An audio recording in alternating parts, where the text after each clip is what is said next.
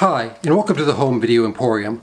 I'm your host, my name is Brendan, and with this series what I hope to accomplish is to catalog my entire collection of home video titles and determine which of these movies still belongs amongst my elite and esteemed collection and needs to be preserved for the generations to come, and which of these movies unfortunately may need to be purged and to hit the trail and make way for some future titles as I am rapidly running out of space on my DVD shelves and need to make room for some future movies that I would like to buy soon. So we're looking to get rid of 30 to 50 titles, and we're making our way through the list. Today's show, we are discussing 2003's Big Fish, directed by Tim Burton, based on a novel by Daniel Wallace. In addition to the DVD, you also get a small kind of picture book with illustrations by Burton. You can see some of that. Bring it up a little better.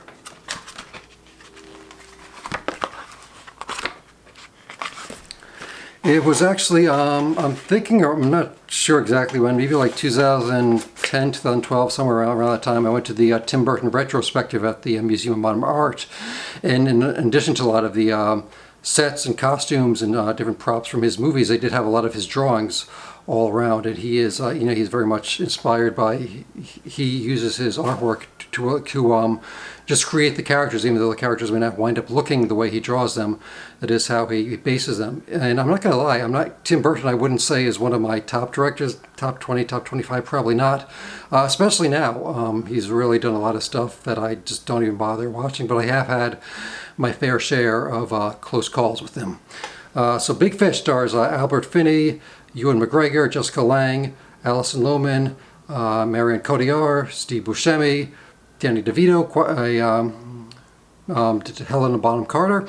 So a really good cast of, it's about a man, close to his death, who's looking back on his life, and he's always viewed his life and himself in these kind of heroic storybook character kind of ways, where instead of just catching, a fish, that's, a few feet long that he can feed his family, he catches, a gigantic fish that's 500 pounds or maybe even bigger, and he just keeps exaggerating. And even though his stories are all based on true, he really did a lot of things. He really worked in sales, he worked in the circus, he worked with, Steve Buscemi's character perhaps doing some robbing banks and things like that.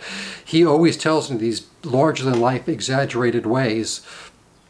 So his son, played by Billy Crudup, I think is how you pronounce the last name, the two of them do have a hard time kind of seeing eye to eye on this.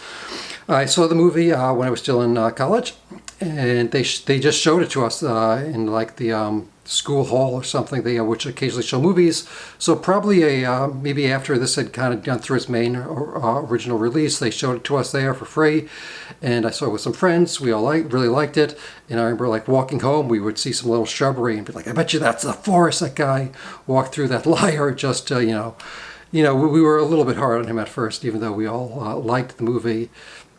And I think we're going 2 for 2 with Tim Burton. This is the second one in a row that I believe was given to me as a gift. So where this was purchased, I don't know exactly. Probably a few years or a year after it came out. So, early 2000, 2004, 2005 probably is around how long I've had it, and I've had it since then. I will admit I've not watched it a bunch. Despite the fact that I've had it for probably over 20 years, I've only watched it a few handful of times. So it has unfortunately been one that has been collecting quite a bit of dust. Despite that, I do think it's one of Tim Burton's more kind of emotionally resonant movies. He's not trying just to be weird for weird's sake. He's actually trying to tell a meaningful story between a father and son, and just a man who looks back in his life in a unique way, but for him, his own self, in an honest way.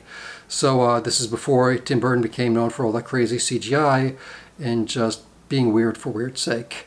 There are some decent special features on this. It's a lot of talking about Ewan McGregor and Albert Finney, how the two of them kind of created the character together. Talking about Tim Burton, everyone lists their favorite Tim Burton movie. The author, Daniel, what is your name? Daniel Wallace, the author, he talks about his inspiration, how it was, about how he, his relationship with his father and his son were kind of what created this, and that kind of father-son dynamic that he had on both ends.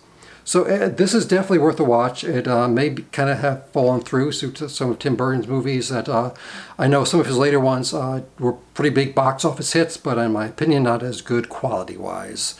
But if you haven't seen it, definitely see it. Definitely check it out.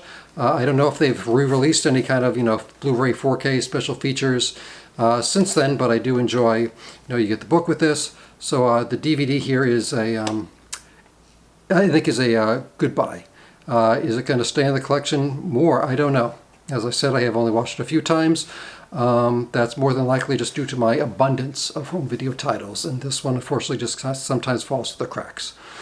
So that is going to wrap us up, at least for now. As I said, I have both Batman and Batman Returns. We're going to cover those in a full Batman series. We're going to cover Batman in whole, every piece of Batman home video that I have here. We're going to go through it all at once. So there will be more Tim Burton in the future. But for now, we're going to those three. We're wrapping them up right now on Tim Burton. Which one was your favorite? Are they all keepers? Should I possibly get rid of some? Should I add some? You let me know. And he has some good ones. Beetlejuice, Edward Scissorhands. I've never owned those. And yeah, so let me know what you think about Tim Burton. We're going to move on from here. So until next time, be kind and rewind to each other. And it's not a true home without home video. Thank you. Goodbye.